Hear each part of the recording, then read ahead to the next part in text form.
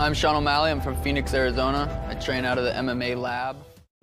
I got involved in fighting when I was 15 years old. I liked boxing a lot, so I started working with the boxing coach, and I just started from there. Boxing, went to kickboxing. Then when I turned 18, I started MMA. What makes me exciting to watch is my style. I come out, I'm spinning, I'm setting stuff up, and I'm knocking dudes out, I'm putting them away. I'm on a 3-fight KO streak. I'm having fun in there, I really am. I'm happy in there, I love it in there. Assalamualaikum semuanya, selamat datang di channel Obrolan Fighter. Obrolan santai kali ini, mari kita bahas salah satu rising star di UFC. Dan mungkin dia adalah satu-satunya fighter yang non-ranking, tapi langsung menyita perhatian bos UFC dan fans MMA. Dan gajinya pun bukan main-main untuk fighter sekelas non-ranking. Ya, dia adalah Sean Sugar O'Malley. Sean O'Malley lahir tanggal 24 Oktober 1994. O'Malley punya darah Irlandia dari neneknya. Bagi yang penasaran kenapa O'Malley dijuluki Sugar, julukan itu diberi oleh pelatihnya dulu di saat karir amatirnya. Ketika ditanya, kenapa saya dijuluki Sugar? Pelatihnya menjawab, karena Anda manis untuk ditonton. O'Malley berlatih di MMA Lab, di bawah John Crouch, dan berlatih di Soul Fighter bersama Tim Welch. Tim Welch ini rekan latihan Brazilian Jiu-Jitsu-nya sekaligus pelatihnya, karena sekarang Tim Welch sudah bersabuk hitam Brazilian Jiu-Jitsu. Sebelum 2014, Sean O'Malley mengikuti pertarungan amatir dengan rekor 7 kali menang dan 2 kali kalah, yang mana kekalahannya itu semuanya via submisi. Dan berikut beberapa koleksi sabuk O'Malley sebelum 2014. 2014, O'Malley mendapatkan sabuk biru Brazilian Jiu-Jitsu. 2015, di Montana, O'Malley menjuarai beberapa kompetisi. Maret 2015, O'Malley memulai debutnya di kelas bantamweight dan menang cepat atas Josh Reyes via TKO di ronde pertama. Lalu Juli 2015, O'Malley pun menang cepat lagi atas Shane Sargent via KO di ronde pertama. Lalu Agustusnya, O'Malley menang cepat lagi hanya dalam satu ronde, kali ini via submisi dengan rear naked choke atas Omar Avelar. Novembernya, O'Malley mencoba turun ke kelas flyweight dan menang lumayan sulit karena berakhir unanimous decision atas Mark Coates. 2016, karena mungkin di kelas flyweight hasilnya tidak memuaskan, O'Malley naik lagi kelas bantamweight dan menang mudah atas Tyson Lin via KO di ronde kedua. Sean O'Malley sempat mengubah pola makannya, yaitu makanan sehat tapi tanpa daging, alias hanya buah, kacang, dan sayur. Maret 2017, O'Malley melanjutkan rekor sempurnanya. O'Malley lagi-lagi menang cepat via KO di ronde pertama atas Irvin Velos. O'Malley sempat menambahkan tato terbesarnya di dada. And then I got some shit that got covered up because I was 18, so that's why I got that. God, that was fucking stupid. So I got this, now I got an owl. I don't know, dude. Lalu bulan Mei-nya, O'Malley bertarung di promotor lokal, yaitu LFA, dan menang cepat hanya dalam satu ronde atas David Nuzo dengan spinning hook kick yang spektakuler.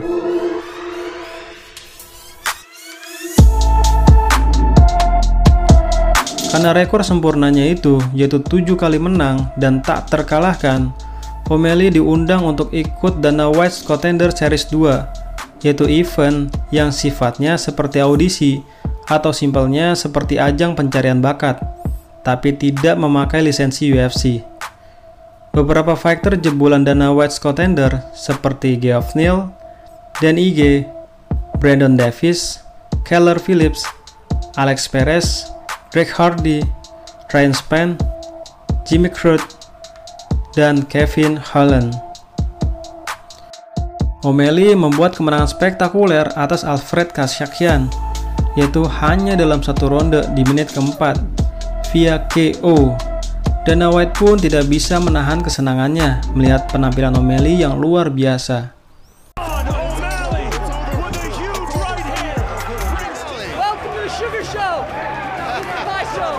O'Malley mendapat bayaran 144 juta rupiah. I'm looking for flashy. I'm looking for somebody who has that thing. What is that thing? Sean O'Malley is that thing. I like this kid. I like everything about him. I like his fighting style, and yeah, he's the guy. Sean O'Malley bekerja sama untuk merek Senebul, yaitu brand beberapa perlengkapan latihan termasuk gi.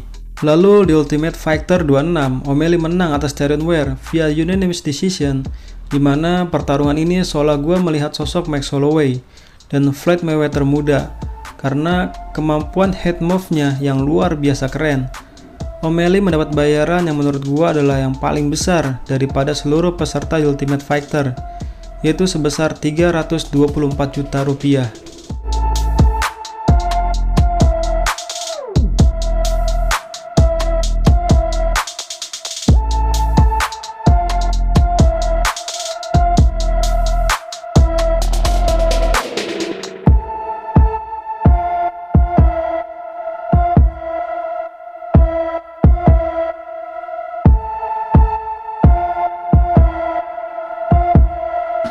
Oh my God, I'm speechless.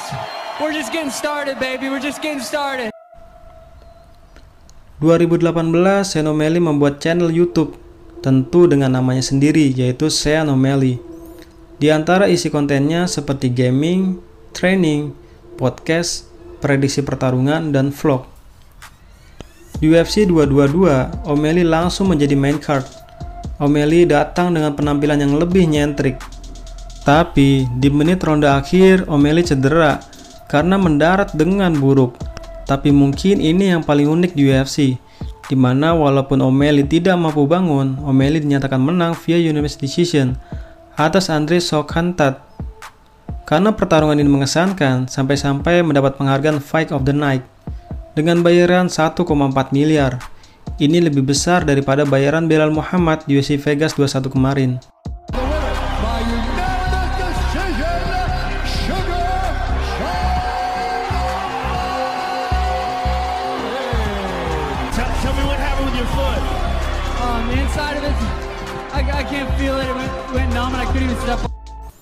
Tapi bulan Septembernya, kabar buruk. O'Malley mundur dari UFC 229 karena saat tes narkoba oleh USADA, diketahui O'Malley mengonsumsi zat terlarang. Lalu di bulan Oktober, O'Malley mengumumkan dalam Twitternya, "Hari Kamis saya mau operasi pinggul kanan. Ini akan menjauhkan saya dari matras selama 4 bulan. Sambil menunggu situasi USADA untuk diselesaikan. Tahun ini telah menjadi tahun terbaik dan tahun terberat dalam hidup saya. Sialan, saya cinta kalian. Saya akan banyak-banyak streaming nih." Setelah itu, O'Malley diskors selama 6 bulan oleh NSAC setelah dinyatakan positif Ostarin. Itu artinya O'Malley baru boleh bertarung bulan Maret 2019. Tapi sayangnya O'Malley diskors lagi oleh USADA selama 6 bulan karena positif Ostarin lagi, yang kemungkinan sisa 6 bulan yang lalu. Sean O'Malley memang terbilang sering mengkampanyekan ganja dan marijuana. Di sela-sela masa skorsnya, O'Malley makin gencar berlatih Brazilian Jiu-Jitsu-nya, sampai-sampai mendapatkan sabuk ungu.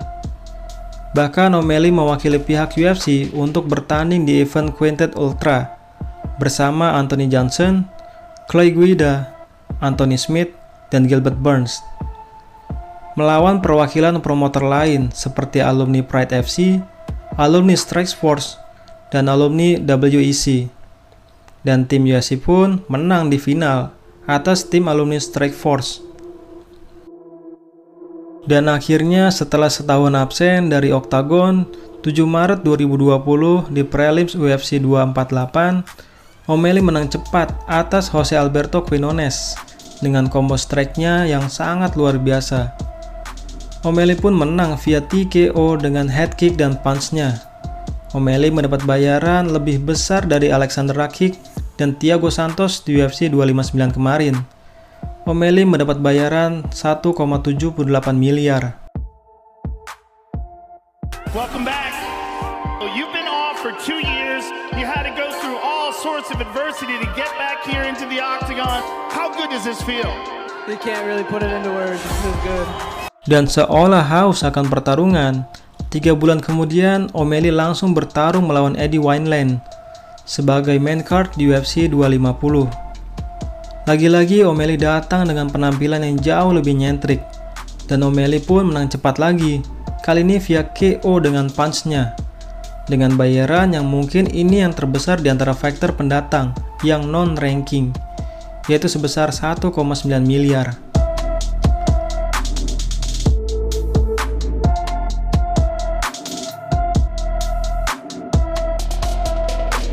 Walaupun comeback dengan spektakuler, Sean O'Malley dikritik habis-habisan oleh Henry Cejudo.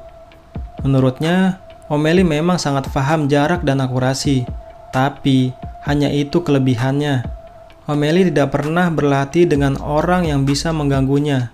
Maksudnya, O'Malley tidak pernah berlatih dengan fighter yang berlatar belakang pegulat. Di pertarungan selanjutnya, seolah mengejutkan para fans MMA, O'Malley kalah dari Marlon Vera via TKO hanya dalam 1 ronde di UFC 252, di mana itu adalah event perebutan sabuk heavyweight terbesar, yaitu trilogi antara Stipe Miocic versus Daniel Cormier. Entah karena efek calf kick atau bukan, tapi O'Malley sudah beberapa kali salah mendarat yang mengakibatkan cedera, contohnya saat melawan Andre Saukantat. Karena kekalahannya itu, O'Malley gagal masuk top ranking 15 kelas flyweight UFC. Lalu September 2020, O'Malley menyempatkan diri untuk menguji kemampuan grapplingnya di event Grappling Industries dan berhasil menduduki ranking 3 dari 7 orang, di mana O'Malley hanya kalah dari Robert Daigle. Lalu dalam podcast di channel YouTube-nya, O'Malley menceritakan kelahiran anak pertamanya dari istri tercintanya, Danya. 2021, nah ini kesempatan O'Malley supaya masuk jajaran 15 besar kelas flyweight. Di UFC 260, O'Malley dijadwalkan bertarung melawan Thomas Almeida 27 Maret nanti. Itulah profil lengkap Sean Sugar O'Malley. Siapa selanjutnya fighter yang harus gue bahas? Silahkan tulis di kolom komentar. Dan jangan lupa like and subscribe obrolan fighter. Terima kasih.